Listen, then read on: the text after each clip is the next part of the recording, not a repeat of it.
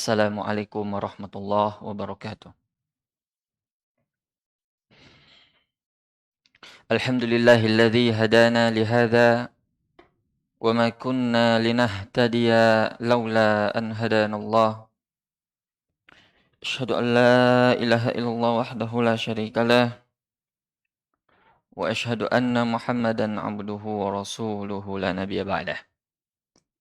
Ma'asyiral hadirin ikhwan wa akhwat a'azzakumullahu jami'ah.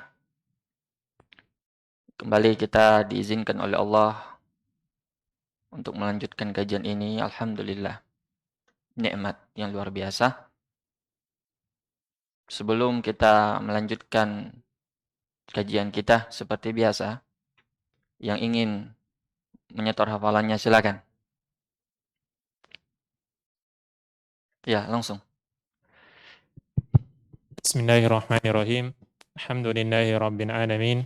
Salatu wassalamu ala nabiyyina wa ala alihi wa ashabihi ajmain. Al-hadithu tsalits wal ishrun an Abi Malik Al-Harits bin Asim Al-Asy'ari radhiyallahu anhu qala Rasulullah sallallahu alaihi wasallam at-tuhuru syaratul iman.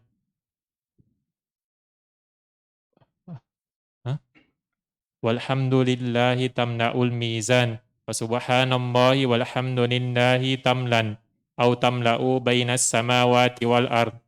Dibaca itu tamla'ani atau tamla'u. Ustaz?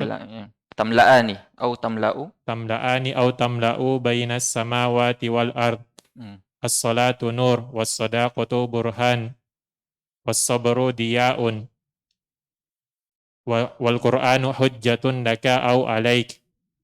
Kullun nasi yaqdu faba'i'un nafsahu famu'tikuha au mubikuha. Rawahu Muslim. Barakallahu fiik. Jazakallahu khair. Tahan. Lanjut. Bismillah, ahsanallahu Qala al-musannif rahimahullahu ta'ala al-hadits ats-tsalits wal 'ashrun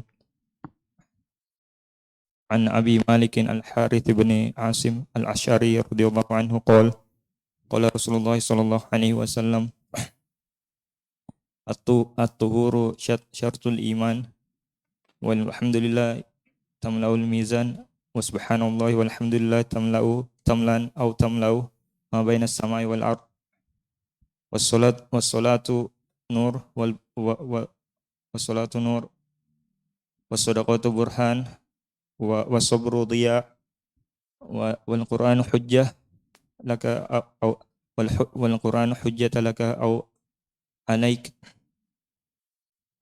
kullun nas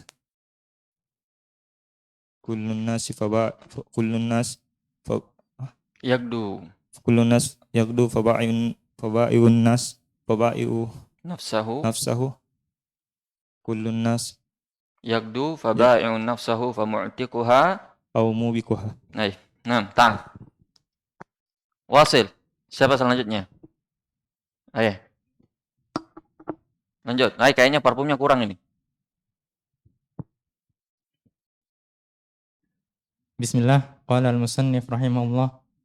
Al-haditsu tsalits wal 'ishrun an Abi Malik Al-Harits bin Asim Al-Asy'ari radhiyallahu anhu qala Rasulullah sallallahu alaihi wasallam at-tuhuru syatrul imani walhamdulillahi tamla'ani aw tamla'u ma bainas sama'i wal ard was-salatu nurun was-sadaqatu burhanun was-sabru diya'un wal Qur'anu hujjatun laka aw 'alaika kullun nasi yaghdu faba'i'un nafsahu famu'tikuha aw mubikuha. Rawahu Muslim. Barakallahu fiik. Ta'al. Selanjutnya, siapa lagi? Nah, ini bagus ini. Ini baru. Ini baru. Masya Allah. Ada stok baru. Nah, jangan khawatir. Yang ada hafalannya silakan. Ini ada.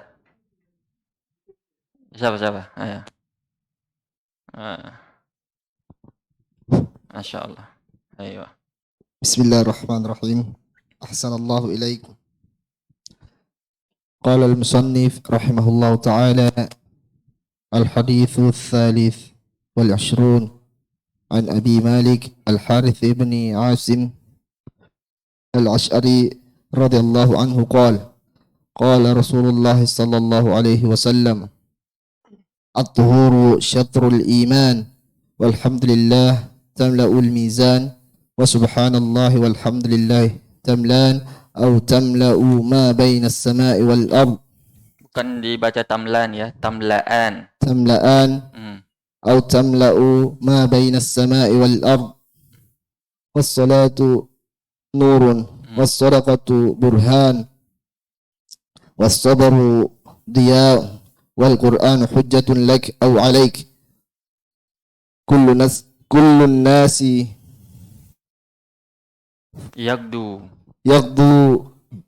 يغدو فبائع نفسه فمعتقها أو موبقها. رواه مسلم.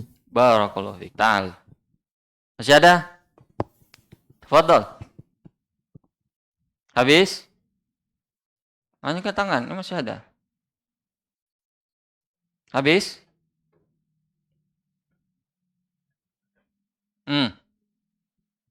Siapa? Ya, saya ada. Oh, iya, siapa? Silakan.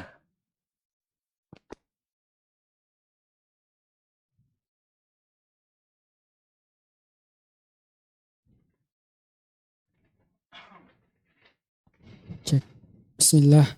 Ahsanallahu ilaikum. Al-hadithu thalithu wal ishruna. An Abi Malikin al-Harith bin Asim al-Ash'ari radhiyallahu anhu qala qala Rasulullah sallallahu alaihi wasallam at-tuhuru syatrul iman walhamdulillahi tamla'ul mizana wa subhanallahi tamla'ani aw tamla'u ma bainas sama'i wal ardi was-salatu nurun was-sadaqatu burhanun was-sabru diya'un wal-qur'anu hujjatun laka aw 'alaika. Kullun nasi yagdu faba'i'un nafsahu famu'tikuha aw mubikuha. Rawahu Muslim walhamdulillahi rabbil alamin. Barakallahu fiik. Ta'al. Masih ada? Habis? Habis? Habis? Sebelum kita mulai, masih? Mau? Satu hafalan? Yang angkat tangan tadi? Enggak ada ya? Baik. Sebelum kita mulai, ana tagih yang pekan lalu. Siapa yang tahu jawabannya? Langsung dapat 2 parfum. Apa itu pertanyaannya pekan lalu? Apakah seseorang masuk surga disebabkan oleh amalan atau rahmat dari Allah? Kalau disebabkan oleh rahmat, lalu buat apa beramal? Karena ada 2 dalil. Satu katanya karena rahmat Allah, sebagaimana hadis riwayat Muslim, la yudkhilu ahadan minkum amaluhul jannah wala ana illa bi rahmatin minallah aw wala yujirahu minan nar hatta ana illa bi rahmatin minallah. Tidak ada seorang pun dimasukkan ke dalam surga disebabkan amalannya, ya karena amalannya, dan tidak juga diselamatkan dari neraka termasuk saya sendiri, kata Rasulullah, kecuali karena rahmat dari Allah. Ayat mengatakan watilkumul jannati uristumuha bima kuntum ta'malun. Ba sini ba sababiyah, dan itulah surga yang diwariskan kepada kalian disebabkan oleh amalan yang telah kalian lakukan. Pertanyaan, orang masuk surga karena amalannya atau karena rahmat dari Allah? Jawab. Kalau salah, kembali parfumnya.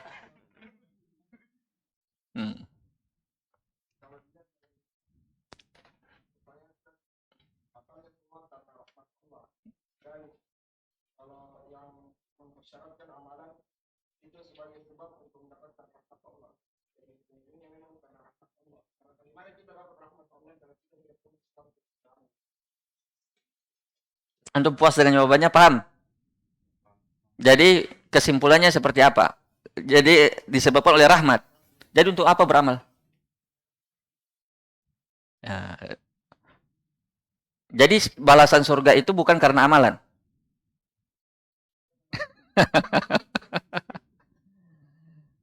Pertanyaannya, apakah surga itu balasan dari amalan atau tidak? Sebagai upah dari amalan. Jadi kita beramal dikasih surga. Sudah betul itu atau tidak? Siapa yang jawab?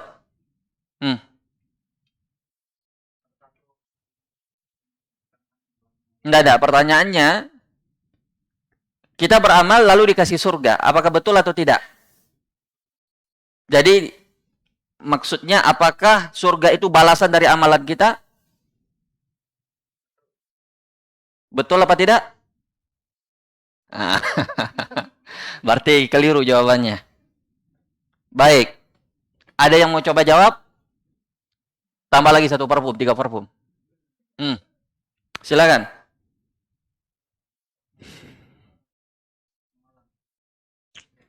Lah. Masih ada jawaban yang lain? Berarti tidak ada yang mencari kemarin ya. Jawabannya langsung hadir hari ini. Bagusnya dicari. Kalau dicari pasti dapat jawabannya. Banyak pembahasan ulama seputar itu, sangat banyak. Karena memang ini pembahasan tentang mengkompromikan antara apa? Ayat dan hadis. Yang kelihatannya bertentangan padahal tidak. Baik. Kalau begitu Anda kasih kesempatan 1 pekan lagi. Atau mau jawabannya sekarang? Sekarang. Baik, Anda jawab sekarang. Jawabannya, pertama jawaban itu sudah benar. Bahwa amalan itu adalah apa? Sebab. Tapi jawaban kedua antum salah. Bukan balasan dari Allah. Makanya rahmat Allah itu ada sebabnya, yaitu apa? Amalan, itu sudah benar.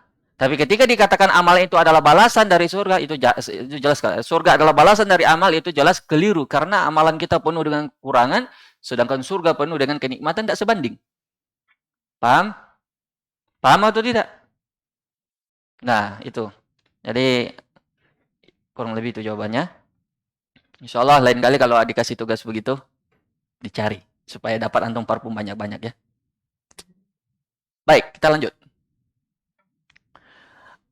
An Abi Malik Al-Haris bin Asim Al-Ash'ari. Siapa yang tahu biografinya ini? Sahabat. Coba. Tidak ada yang tahu biografinya ini sahabat? Ada yang tahu tidak? Tentang sahabat ini perlu dicari. Setiap pertemuan kita selalu membahas apa? Biografi singkat. Tidak perlu panjang-panjang. Supaya kita mengagungkan sahabat ini. Para sahabat seluruhnya. Biografinya secara singkat. Ada yang tahu? Beliau ini, Al-Ash'ari itu kabilah dari mana itu? Ada yang tahu enggak? Al-Ash'ari ya. Bisa Al-Ash'ariyin atau Asy'ariyah, itu kabilah dari mana? Yaman, barakallahu fiik. Dari Yaman.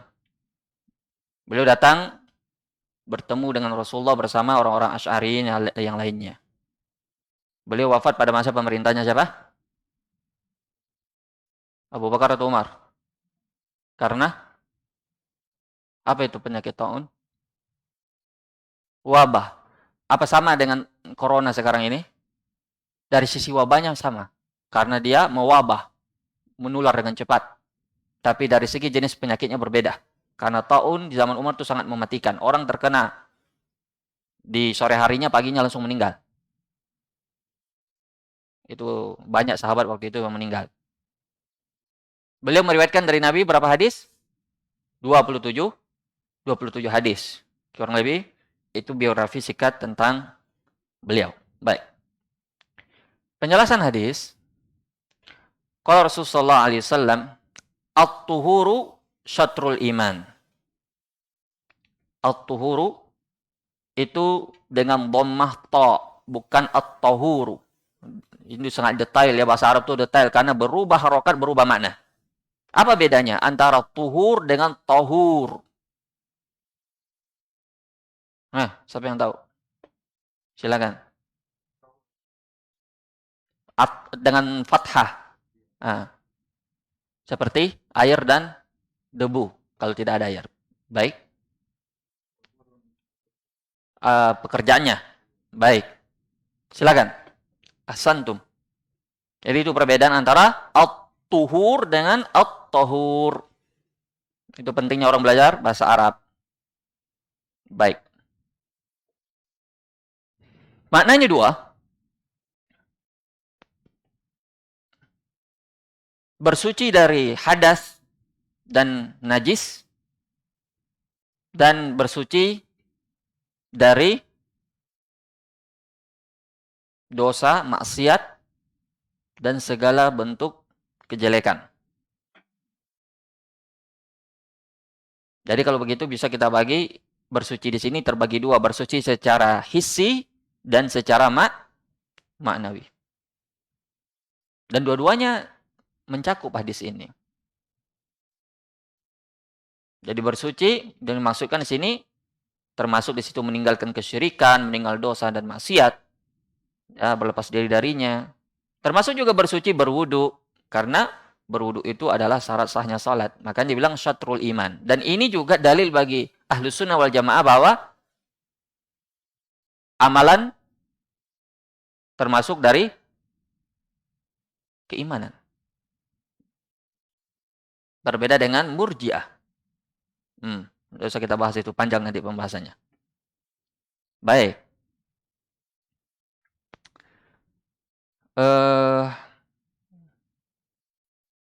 Di sini qauluhu syatrul iman.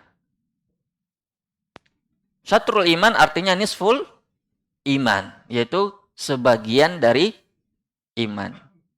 Mungkin pernah kita dengar an-nadzafatu minal iman, kebersihan sebagian dari iman.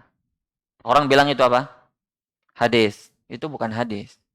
Dalam hadis palsu sekalipun itu tidak ada. Tapi maknanya bahwa kebersihan atau kesucian itu bagian dari iman, ini hadisnya. Nah itu kalau ada orang bilang an-nadzafatu minal iman, langsung ketahuan dirinya tidak pernah belajar ilmu hadis.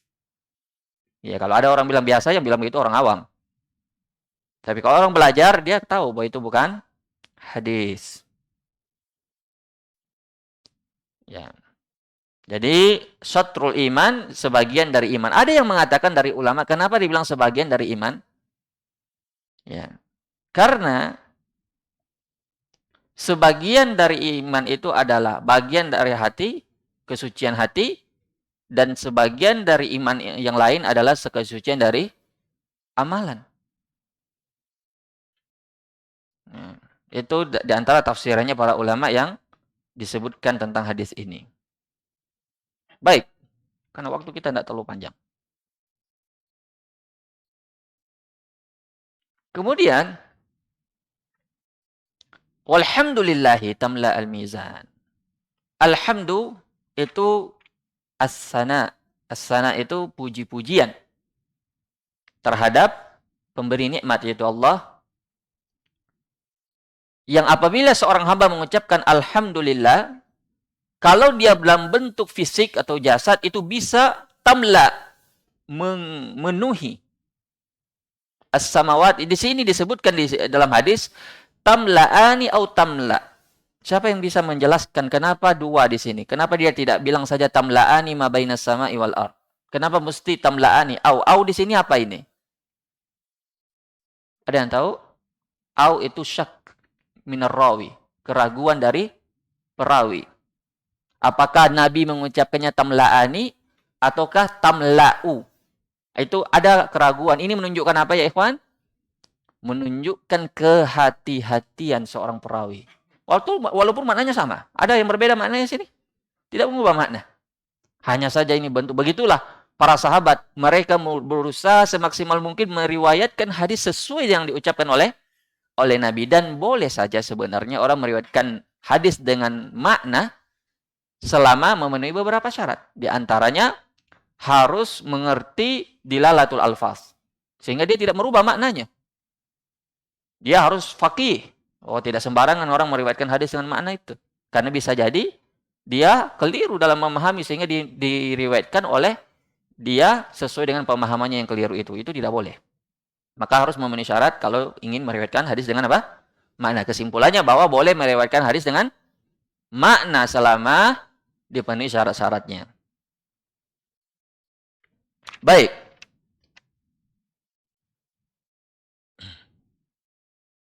Ini juga dalil bahwasanya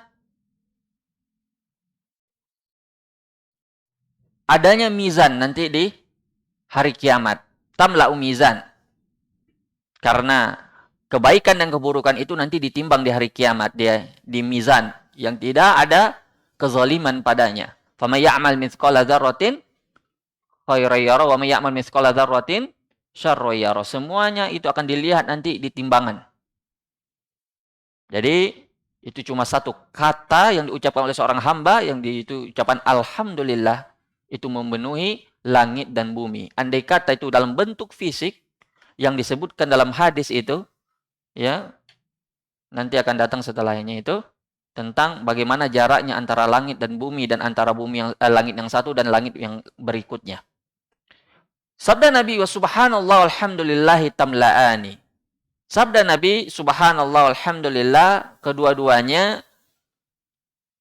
memenuhi ma bainas sama'i wal ardh. Dua kalimat, subhanallah walhamdulillah.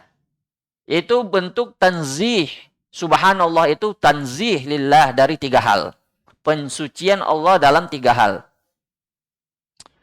Ya, pensucian Allah dalam tiga hal.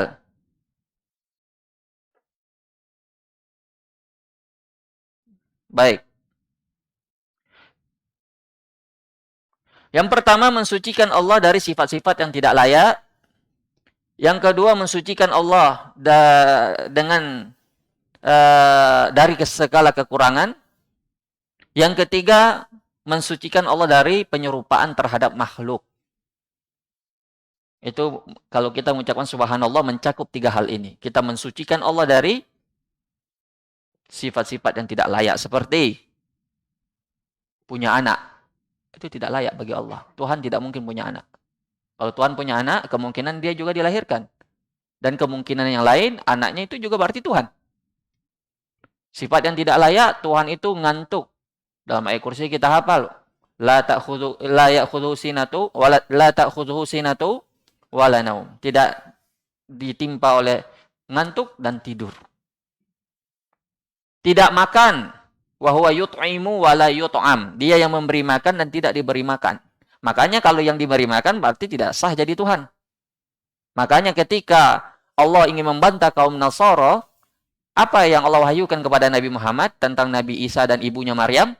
Kana ya'kulanit ta'am. Dua-duanya itu juga makan. Orang makan berarti lapar, berarti butuh. Masa Tuhan butuh terhadap sesuatu? Kalau dia kenyang, dia perlu apa? Buang air. Itu kan kekurangan dan tidak layak dikatakan sebagai Tuhan. Itu bantahan yang sangat menyentuh akal. Masa Tuhan dikatakan makan? Apalagi sifat kekurangan yang lain. Capek. Capek. Allah menciptakan langit dan bumi. Berapa hari? Selama 6 hari. Dan tidak ditimpa wa ma massana min lugub, dan tidak ditimpa oleh rasa capek. Karena orang Yahudi menuduh Allah itu capek. Makanya hari Sabtu itu hari istirahat Allah bagi menurut keyakinan orang Yahudi. Kalau kita orang Islam jelas Allah itu maha sempurna dari segala kekurangan tersebut. Kemudian yang kedua, mensucikan Allah dari segala kekurangan yang lainnya. Ya, itu seperti yang kita sudah sebutkan tadi, banyak sekali kalau kita bahas. Kemudian mensucikan Allah dari penyerupaan terhadap makhluk. Laisa kamitslihi syai' wa huwas samiul basir. Allah tidak ada serupa dengannya sesuatu pun, dan dia maha mendengar lagi maha melihat. Dan di sini perlu diperhatikan, Allah menafikan dirinya serupa dengan makhluk. Kemudian Allah menetapkan dua sifat terhadapnya sebagai contoh saja, bukan pembatasan, yaitu maha mendengar dan maha melihat. Yang pertama, bantahan terhadap orang-orang yang menafikan sifat-sifatnya Allah, yaitu Mu'tazilah. Mereka mengatakan Allah itu tidak maha mendengar, karena kalau Allah mendengar berarti butuh pendengaran, maka dinafikan oleh mereka semua sifat-sifat Allah. Orang Asy'ariyah, mereka menetapkan sifat Allah, yaitu sifat 20, hanya saja menurut akal mereka, dan mereka tolak menurut akal mereka yang tidak cocok. Makanya mereka tidak mau menerima Allah itu marah. Oh, kalau marah itu kok berarti darahnya mendidih. Berarti makhluk dong. Nah, itu Asy'ariyah kerjanya. Jadi 20 saja mereka terima sifat. Kalau kita Ahlus Sunnah, kita menetapkan apa yang Allah tetapkan bagi dirinya tanpa penyerumpaan dengan makhluk. Sudah. Kita beriman seperti dia datang tanpa mengkaifiyahkannya bagaimananya. Allah mau mendengar bagaimana Allah mendengar, kita tidak dikasih tahu. Cukup kita dengar, beriman dan ya meyakini bahwa Allah Maha mendengar tanpa ditanyakan bagaimana caranya Allah mendengar. Begitu juga Asy'ariyah tidak menerima Allah itu turun ke langit dunia. Karena mereka bilang kalau turun ke langit dunia berarti begini dan begitu. Berarti bagaimana dengan arsy? Ya, bermain lagi ilmu filsafatnya mereka. Dan itu panjang pembahasannya, pembahasan tersendiri. Kita cukupkan dengan pembahasan tersebut. Makanya disebutkan dalam hadis, bainahuma masiratu 500 sanah wa baina kulli sama ila sama masirah 500. Antara ya langit dan bumi itu jaraknya sebagaimana yang disebutkan hadis Ibnu Abbas bahwa antara langit dan bumi jaraknya itu 500 tahun.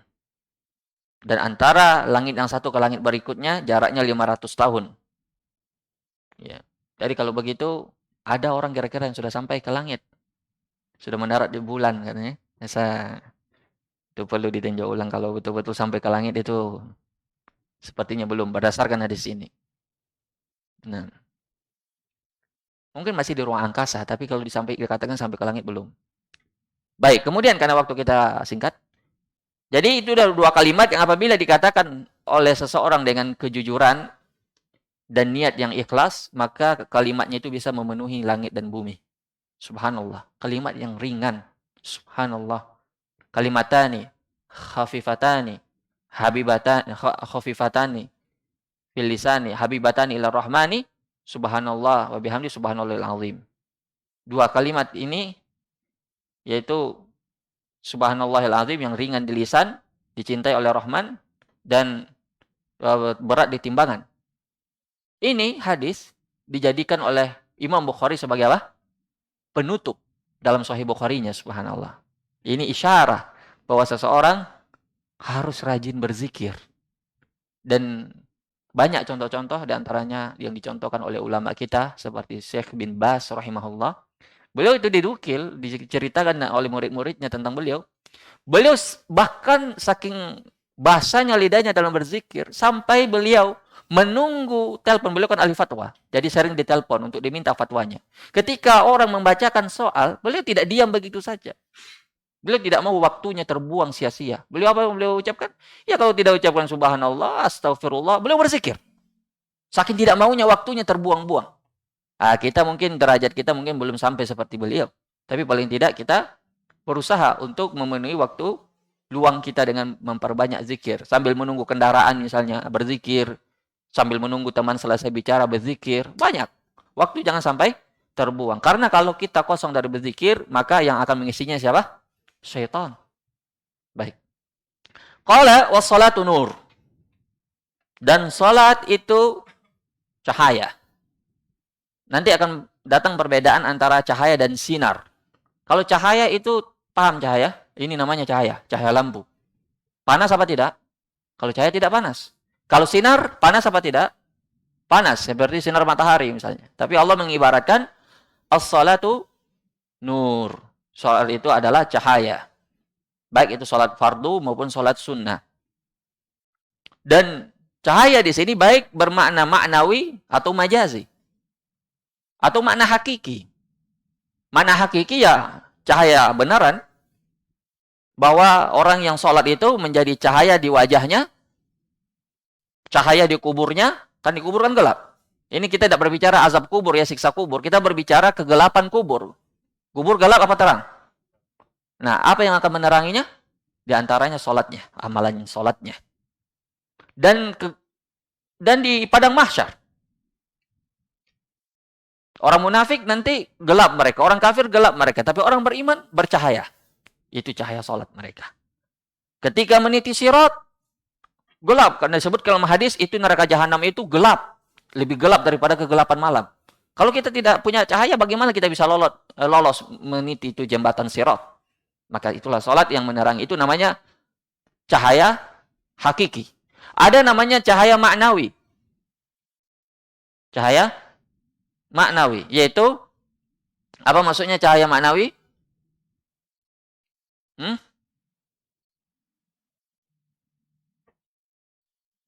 Dia sebagai petunjuk. Petunjuk. Bukan cahaya benaran, tapi petunjuk. Yang menuntun seseorang meninggalkan perbuatan keji dan mungkar. Inna salata tanha 'anil fahsya'i wal munkar. Sesungguhnya salat itu dapat mencegah perbuatan keji dan mungkar. Begitu juga salat itu adalah qurratu ain, penyejuk jiwa. Itu di antara makna cahaya yang maknawi atau majazi. Qurratu ainil mustafa fiha kama an nafsihi akhbara nafsan muhkama. Sebagaimana yang disebutkan oleh Syekh Ahmad Al-Hakami dalam nazamnya. Qurratu ainil mustafa fiha kama akhbara an nafsihi nafsan muhkama. Yaitu penyejuk jiwa Rasulullah SAW ketika beliau dapat masalah.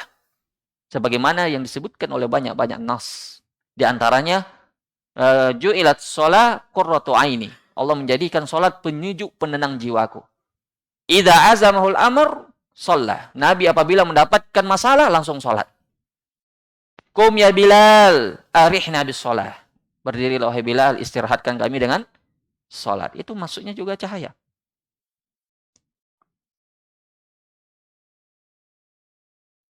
Dan makna yang lain, cahaya itu pembersih dosa.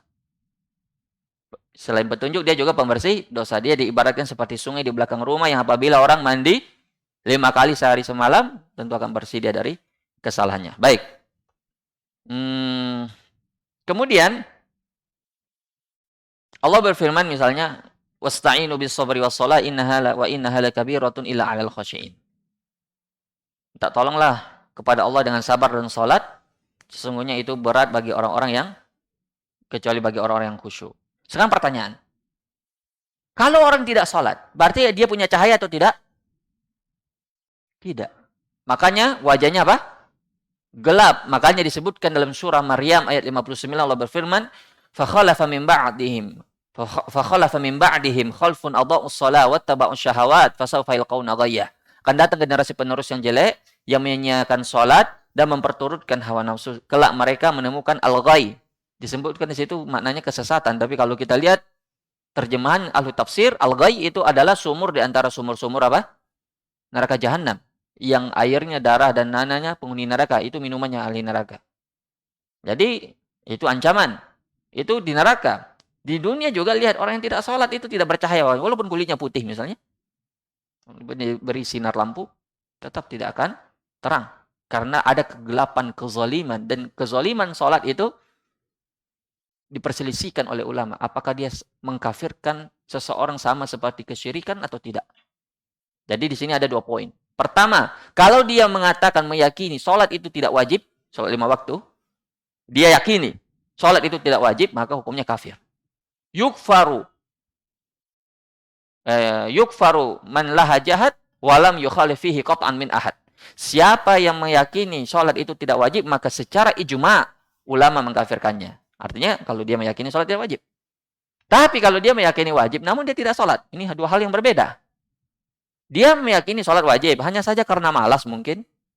Tapi kalau ditanya, kenapa kamu tidak sholat? Ya, sholat wajib atau tidak wajib?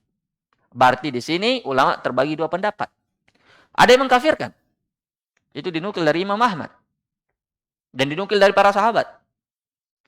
Sebagai Abdullah bin Daqiq menukil dari tidak ada satu amal pun yang dilihat meninggalkannya bisa menyebabkan orang kafir kecuali sholat.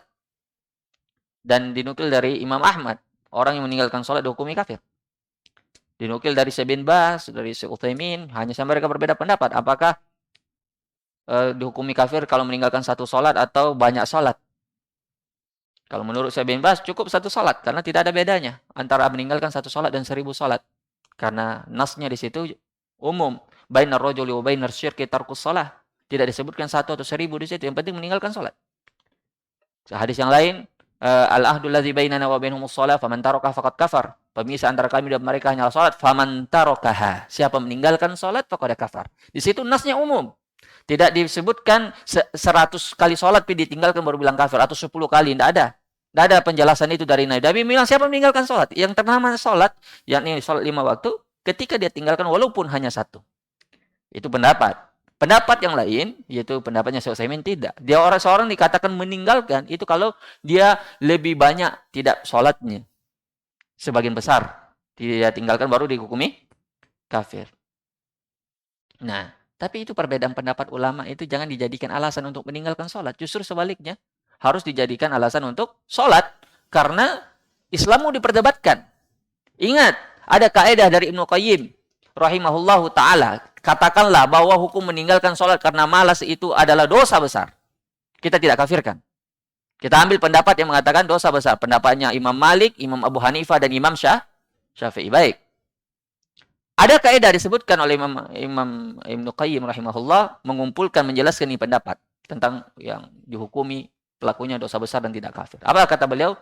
Suatu kaidah. Tarkul awamir a'zamu indallah min tihakin nawahi. Meninggalkan perintah, dosanya lebih besar daripada mengerjakan larangan. Adam diusir dari surga, diturunkan dari surga karena mengerjakan perintah apa larangan? Mengerjakan larangan. Nabi Adam akhirnya bertobat dan Allah terima tobatnya. Iblis diusir dari surga dalam keadaan terlaknat, itu apakah karena mengerjakan perintah apa larangan? Meninggalkan perintah apa mengerjakan larangan? Meninggalkan perintah. Iblis tidak berzina. Iblis tidak membunuh. Iblis tidak melakukan perbuatan-perbuatan dosa yang sebagian kaum muslim hari ini sepakat bahwa itu dosa. Seperti berzina, membunuh, mencuri, dan seterusnya. Iblis cuma melanggar perintah Allah. Fasajadu illa iblis aba wastakbar. Diperintah sujud, iblis tidak mau sujud. Itu yang dilanggar. Maka dari sini kaedahnya bahwa orang yang melanggar perintah pada umumnya disebabkan kenapa? Sombong. Adapun karena mengerjakan larangan itu bukan karena sombong. Biasa disebabkan oleh dorongan hawa nafsu. Habis dia mengerjakan, dia menyesal. Dia bersalah. Dia tahu itu dosa.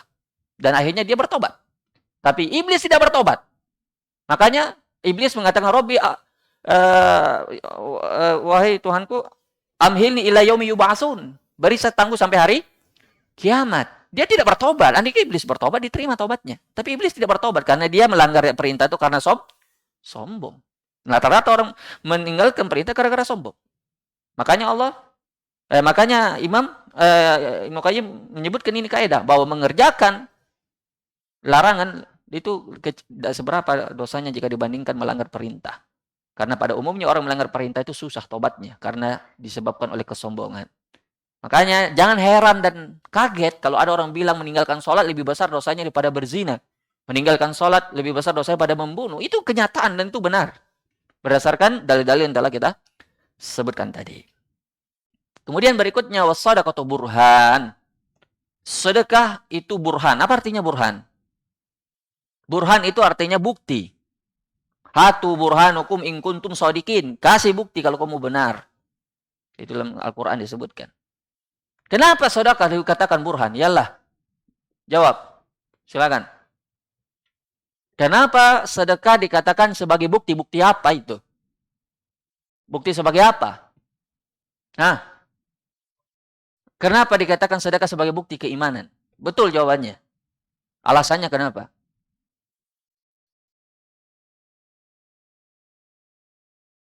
Antum dikasih satu parfum apa separuhnya? Karena jawabannya separuh kan? Kita harus adil. Tapi tidak apa-apa, kita kasih satu parfum.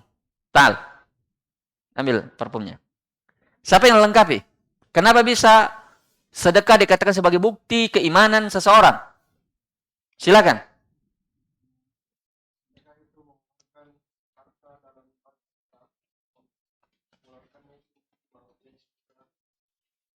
Terus apa bukti, apa hubungan kaitannya dengan keimanan? Keimanan apa ini yang dimaksud? Ini masih umum. Keimanan itu banyak.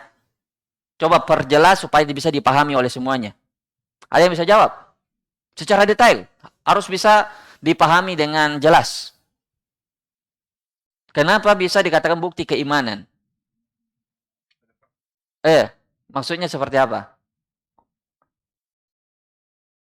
Nah.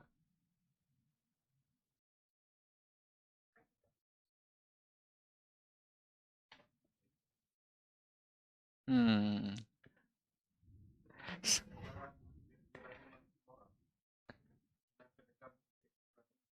Kenapa bisa? Itu jawabannya tadi. Betul, jawabannya sudah benar dan sama. Alasannya kenapa bisa bukti kejujuran keimanan seseorang? Ahsan. Terus apa kaitannya dengan bukti keimanan seseorang? Itu sudah benar jawabannya. Lanjut. Karena jiwa itu pada umumnya pelit. Wa tuhibbunal mala hubban jammah. Kamu benar-benar mencintai harta dengan kecintaan yang sangat amat dalam. Ya kan? Tapi dia bersedekah. Itu bukti keimanannya. Betul? Betul apa tidak? Nah, silakan. Itu jawabannya. Bahwa dia mampu membuktikan bahwa dia, kalau tidak beriman, ngapain dia keluarkan hartanya? Untuk bersedekah. Padahal jiwanya pada semua manusia pada umumnya suka harta. Dia siang malam mencari harta. Capek, siang malam, hujan, sakit, tidak peduli. Dia kumpulkan itu harta, tapi kemudian dia keluarkan untuk sedekah. Itu tidak mungkin dia lakukan, kecuali dia apa? Beriman. Itu bukti bahwa dia beriman. Orang munafik, apa kata Allah dalam Al-Quran? Wa yunfikuna wahum karihun. Mereka berinfak tapi dalam keadaan benci, tidak senang.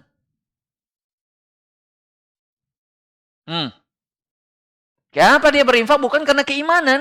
Makanya dia benci. Dia berinfak karena supaya ya dia dibilang orang beriman. Supaya untuk melindungi saja hartanya. Supaya dikatakan dia sebagai orang beriman. Padahal sebenarnya dia menyembunyikan kekafiran.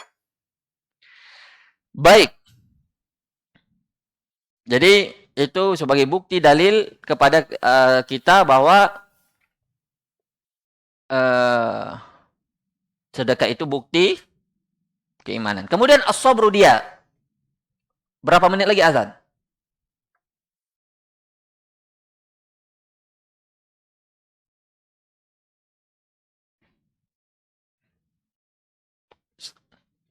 Satu menit?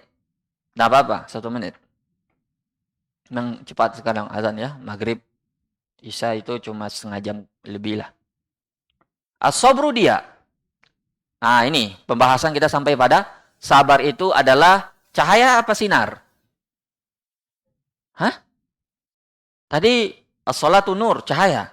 Nur artinya cahaya. Itu bahasa Arab tuh detail ya Ikhwan. Antara cahaya dan sinar saja berbeda bahasa Arabnya. Sama dengan bahasa Indonesia kan. Cahaya dengan sinar kan juga berbeda. Ya, silakan azan dulu. As-sabru dia. Kita lanjutkan. Sabar itu adalah sinar. Sinar dengan cahaya bedanya apa?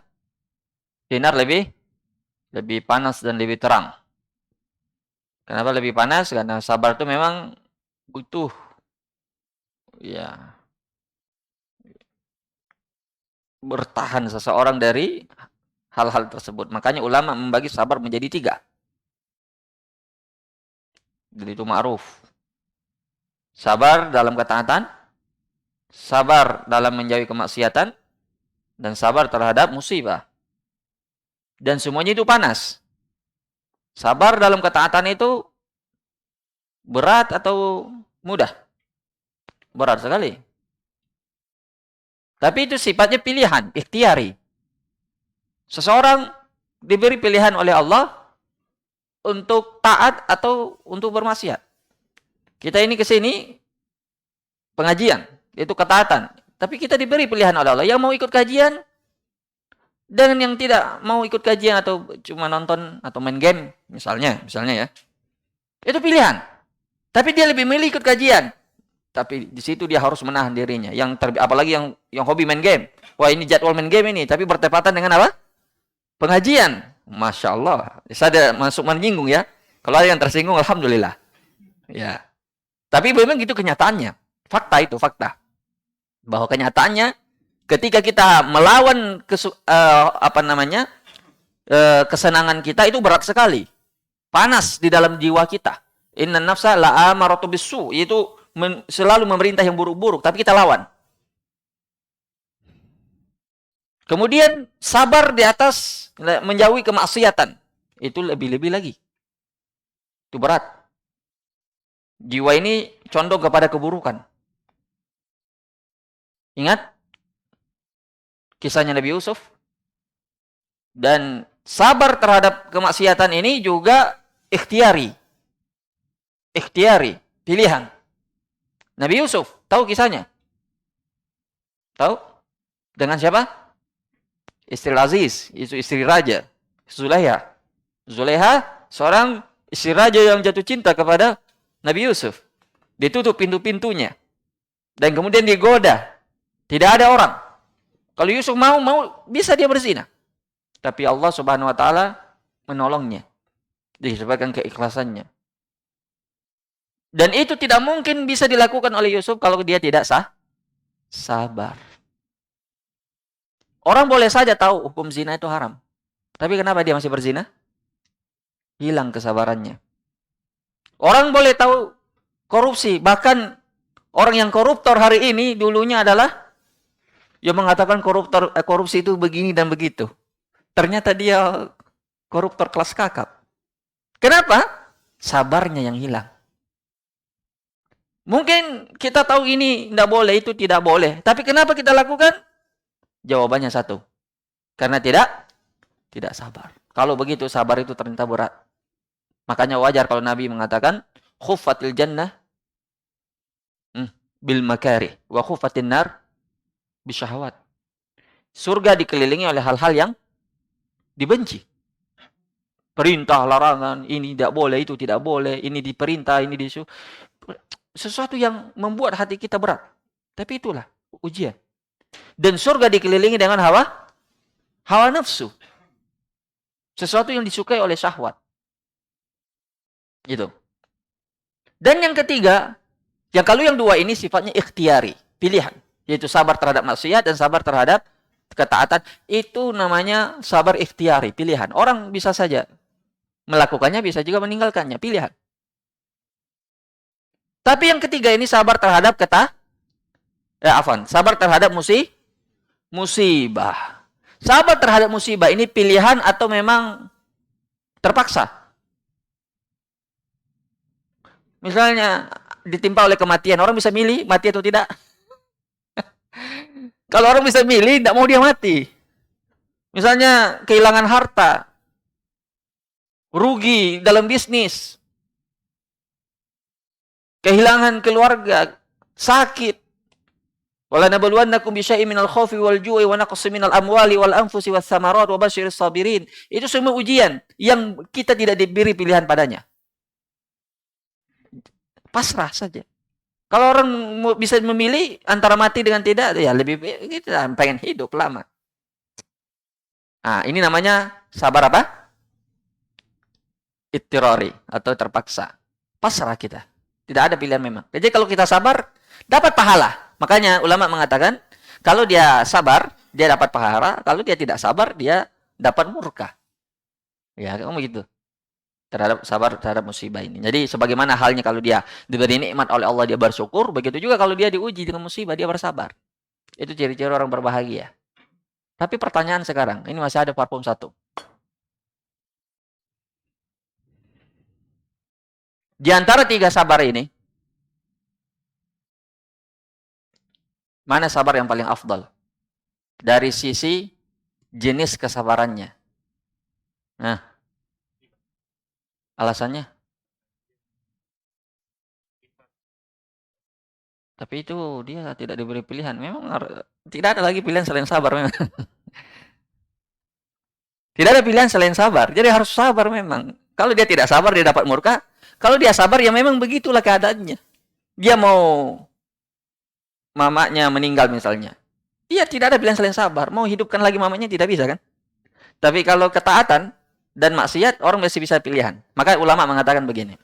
Dari sisi jenis, kesabaran di atas ketaatan dan menjauhi kemaksiatan itu lebih afdal.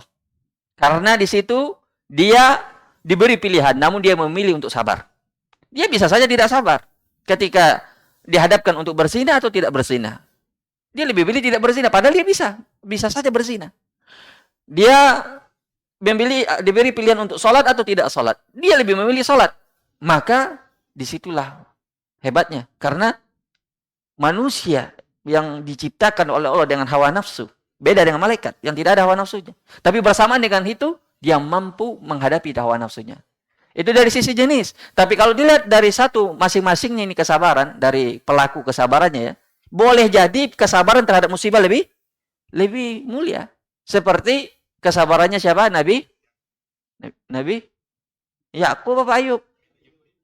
Nabi Ayub alaihissalam diuji dengan ujian sakit yang bertahun-tahun. Ada yang mengatakan 18 tahun. Semua hartanya hilang. Orang terdekatnya hilang, anaknya mati. Tapi dia tetap bersabar. Itu berbeda dengan sabar terhadap maksiat dan ketaatan. Jadi, kalau dilihat dari dua sisi ini, kita sudah jelas pembahasannya. Terakhir ya. Kullun nas. Yagdu. Yagdu itu artinya orang yang keluar di pagi hari dari rumahnya. Ya, kalau orang pergi, kemana dia pergi? Nah, pergi bekerja kan? Pakai itu menjual atau membeli. Pokoknya dia melakukan suatu aktivitas. Ya, tidak ada orang yang duduk-duduk saja di rumahnya kecuali orang sakit atau perempuan ya. Kalau laki-laki harus keluar, cari nafkah, bekerja. Ya, kecuali kalau dia lagi sakit misalnya atau sudah tua renta, tidak mampu lagi, oke. Tidak apa-apa tinggal di rumah. Intinya keluarnya seorang hamba dari rumahnya itu dua kemungkinan. Kalau tidak menyebabkan dia terjatuh kepada keburukan, kalau tidak pada kebaikan. Famu'tikuha umubikuha. Fabai'un nafsu, dia jual dirinya. Dua saja kemungkinan. Apakah dia jual dirinya untuk membinasakannya atau untuk membebaskan dirinya dari api neraka. Cuma dua itu saja. Maka setiap kita keluar, coba kita cek apa yang kita lakukan. Apakah ini membuat kita menuju ke surga atau sebaliknya. Jadi ini sebenarnya yang terakhir ini kesimpulan dari yang pertama tadi semuanya. Tapi ada yang kita tinggalkan dari Al-Quran hujjatun laka alaika. Itu pembahasan yang sering kita dengar misalnya tentang Al-Quran. Al-Quran itu jelas kalamullah, bukan makhluk. Itu keyakinan Ahlus Sunnah, dan bahkan ada yang mengkafirkan kalau ada yang mengatakan Al-Quran itu makhluk.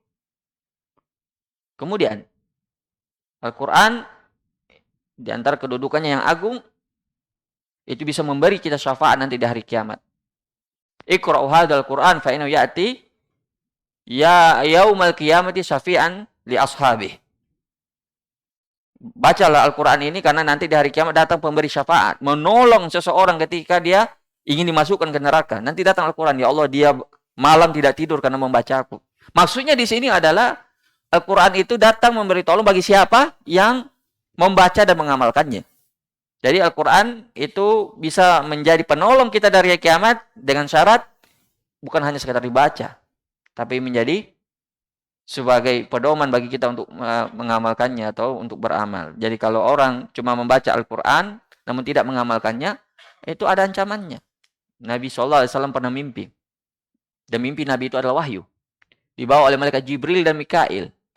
Dan dilihat orang yang tengah disiksa di alam barzakh. 3 golongan orang. Salah satunya adalah orang yang ditimpa kepalanya dengan batu besar. Sampai kepalanya hancur, tidak berbentuk. Dan batunya itu menggelinding. Saking kerasnya hantaman itu batu besar ke kepala orang itu dan pecah kepalanya, menggelinding itu batu. Dan kembali itu batu diambil, sebelum orang ini kembali, kepalanya kembali normal. Nabi Muhammad heran melihatnya, siapa itu wahai Jibril? Itu adalah orang yang menghafal Al-Quran, namun dia di malam harinya tidak mengamalkannya, tidak membacanya, maksudnya dia tidak qiyamul lail padanya, dan di siang harinya tidak mengamalkannya. Itu bagi orang yang menghafal. Bagaimana kiranya yang tidak hafal? Kalau begitu tidak usah saja hafal, Ustaz. Bahaya kalau menghafal. Itu logika yang rusak ya. Kalau menghafal saja dapat ancaman, tidak bagi yang tidak mengamalkannya, bagaimana pula yang tidak menghafal? Itu lebih berat lagi. Tapi kata ulama, Syekh bin Baz pernah menjelaskan, yang dimaksud menghafal di sini tidak harus orang menghafal seperti hafiz. Dia mengamalkannya saja dalam kehidupannya, itu sudah dihitung sebagai ahlul Quran. Jadi intinya adalah mengamalkannya. Baik. Kemudian hadis ini ditutup dengan fabai'un nafsa famu'tika umubikuha. Dan antara manusia ada diberi taufik oleh Allah untuk memerdekakan dirinya, ya, dengan istighfar dan tobat. kembali kepada Allah. Ya, di antara mereka ada yang tetap nyaman dengan kemaksiatannya, dengan keburukan-keburukan, dengan fitan, syubhat dan syahwatnya. Ya, yang bisa menyebabkan dia binasa sehingga dia tidak mampu memerdekakan dirinya dari api neraka. Maka hadis ini semuanya adalah gabungan dari sifat-sifat kebaikan dan peringatan dari semua hal-hal yang buruk. Maka ini adalah manhaj seorang muslim dalam kehidupannya, yang dia berjalan dalam kehidupannya, dia berpikir untuk keselamatan hidupnya di dunia dan di akhirat. Alhamdulillah yang telah memberikan kita petunjuk. Mudah-mudahan dengan ini kita bisa mengamalkan apa yang kita pelajari pada malam ini. Wallahu ta'ala alam. Ya, kalau ada yang ingin bertanya, kalau tidak kita cukupkan. Ya.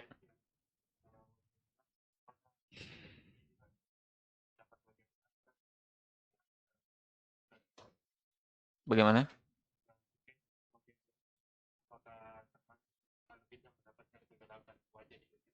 Hmm. Itu tidak diragukan. Itu dalam surat Ali Imran disebutkan oleh Allah. Yauma apa bunyi ayatnya surah Ali Imran? Eh yauma ibyaddat wujuh wa yauma ibyad coba baca ayatnya secara lengkap. Ana lupa pangkal ayatnya.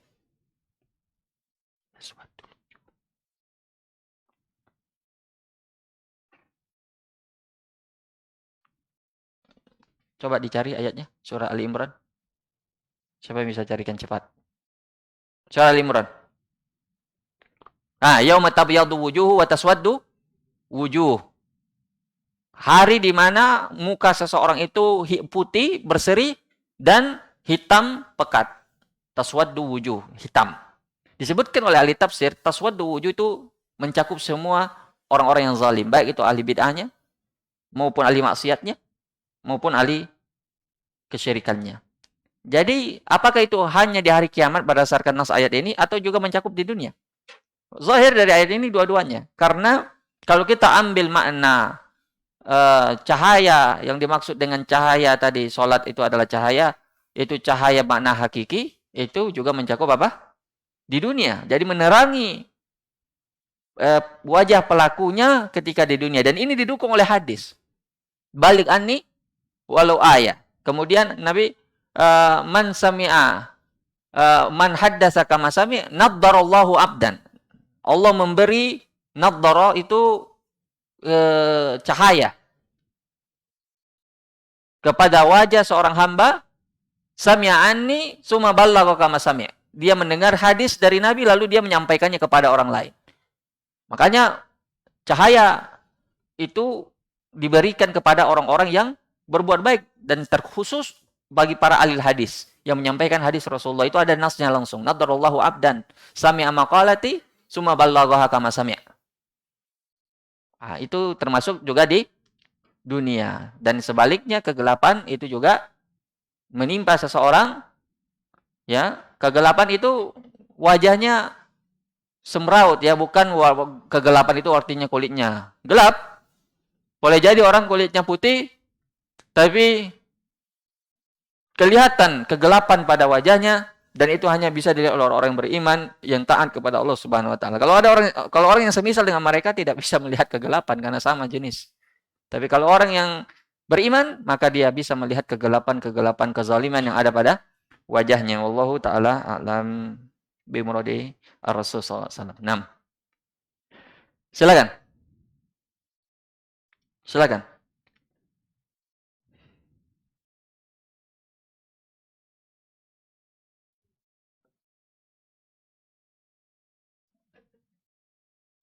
Di,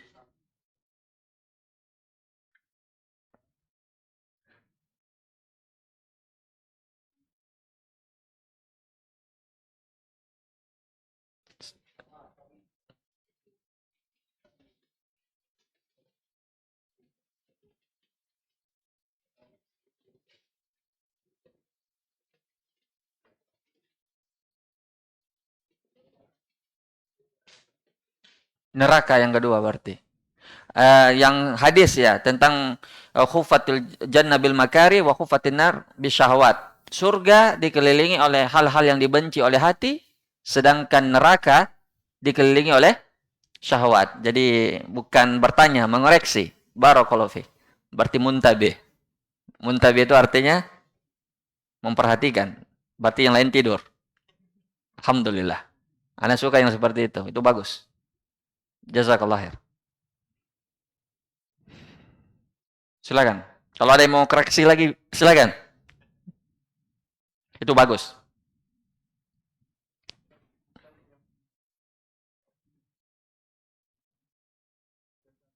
Hujjatun.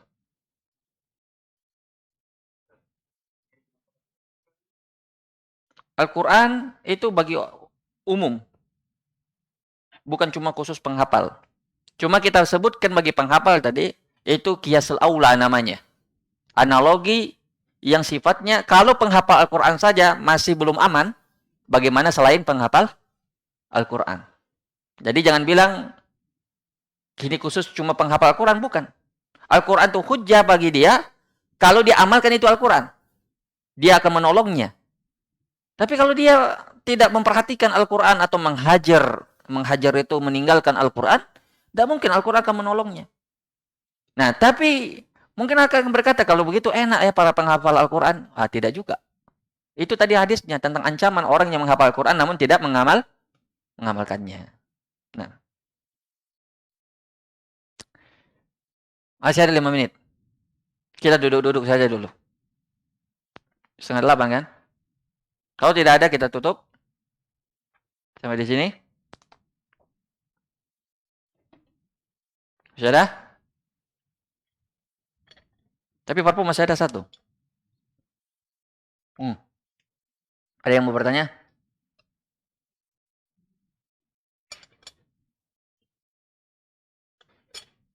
Kalau begitu ada yang bertanya untuk parfum yang terakhir ini.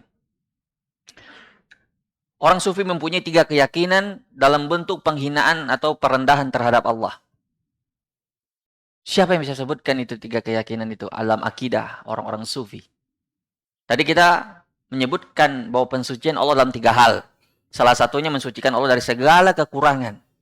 Nah, ada keyakinan kelompok-kelompok sufi, terutama sufi-sufi ekstrim, dinukil dari kitab-kitab ulama mereka, seperti Ibnu Arabi, Al-Hallaj,